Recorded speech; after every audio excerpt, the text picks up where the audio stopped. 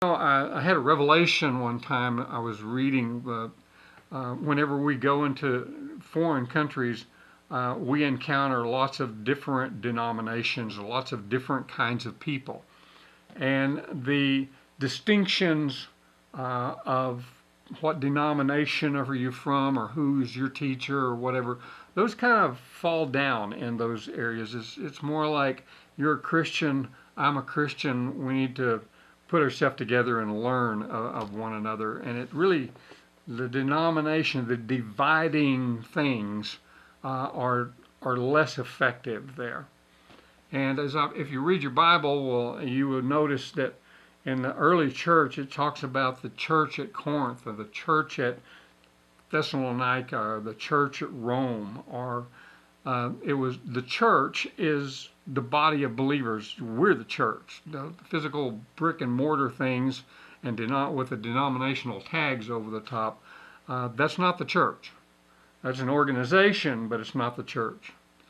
And in every organization, you're going to find believers and non-believers to be actually. So change your thinking a little bit about who the church is. The church is people who believe in Christ. I'm the church and you are the church.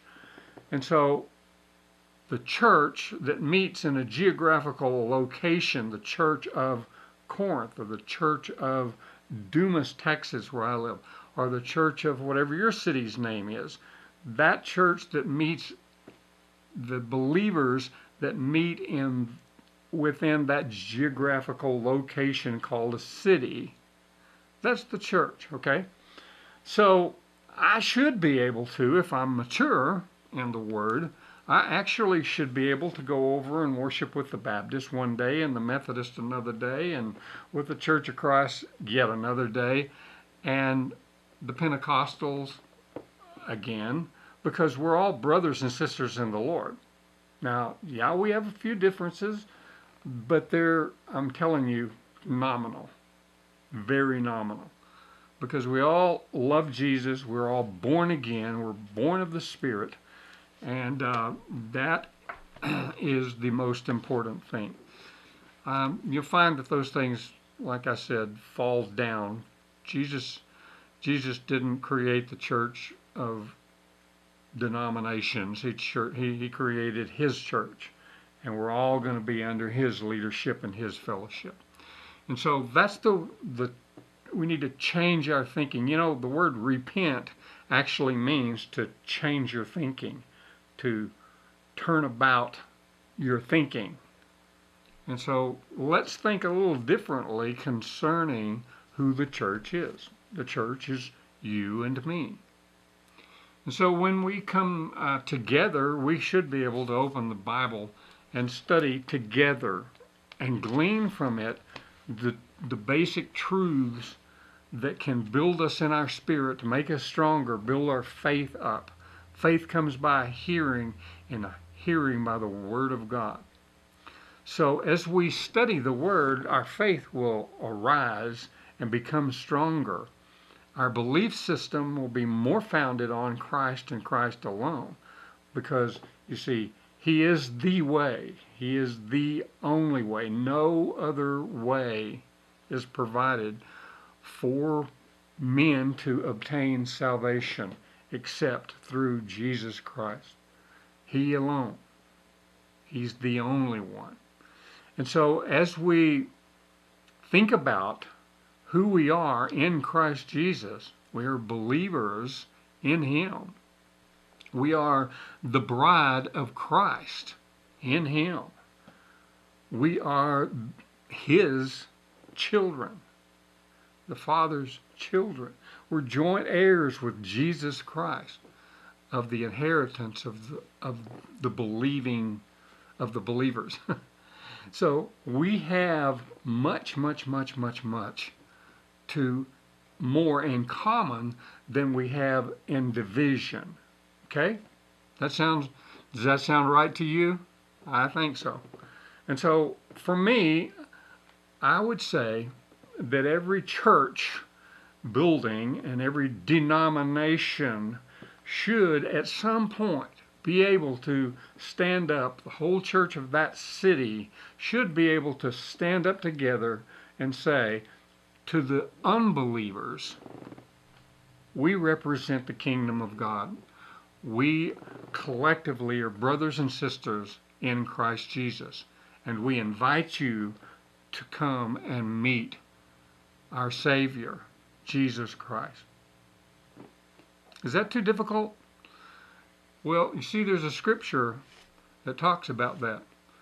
It says, and let me just kind of basically quote it here.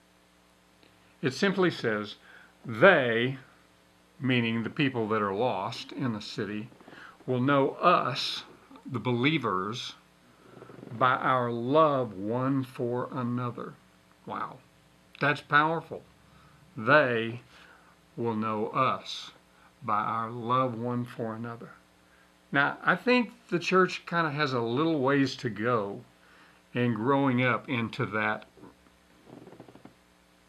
manifestation of love for one another. And in fact, I would challenge every pastor of every city to not just go on the Thanksgiving Day and do the lineup of pastors and say, that's good. I believe in that completely. And it's a testimony. It is the one and only thing that generally happens in a lot of the cities across America and Canada and even in Central and South America. We stand up together on some basis, okay? So that's good. But I really, really believe that pastors need to interact a little bit more across the board. They need to pray for each other. They need to pray for each other's church. They need to encourage one another in the Lord. And they actually should sit down together. Because here's what will happen if you do that, pastors. I'm speaking to pastors and church leaders right now. And that is that if you love one another, then you're not going to talk about one another. If you love one another, the division between you will grow smaller and smaller. If you love one another, you're not going to put up with it when somebody else starts talking about your brother and sister. You say, no, I know them. They're my friend. Don't talk about them like that. You're not going to immediately jump on and affirm the gossip that might be going around about another brother or sister in the Lord. Okay, hey, I know. It's hard. No, it isn't really. Not if you operate in love. You know, you need to take 1 Corinthians chapter 13, love chapter, not for a wedding, but just for how am I supposed to act as a Christian. Love doesn't do this, and love doesn't do that, and love will never do this and that and the other. Okay, I mean, love bears all things. It takes care of a lot of problems that the church has today if we actually would just love each other. Other people will notice if we love each other. Church, rise up, wise up, get strong, fill yourself with the Word of God, and love your brothers and sisters.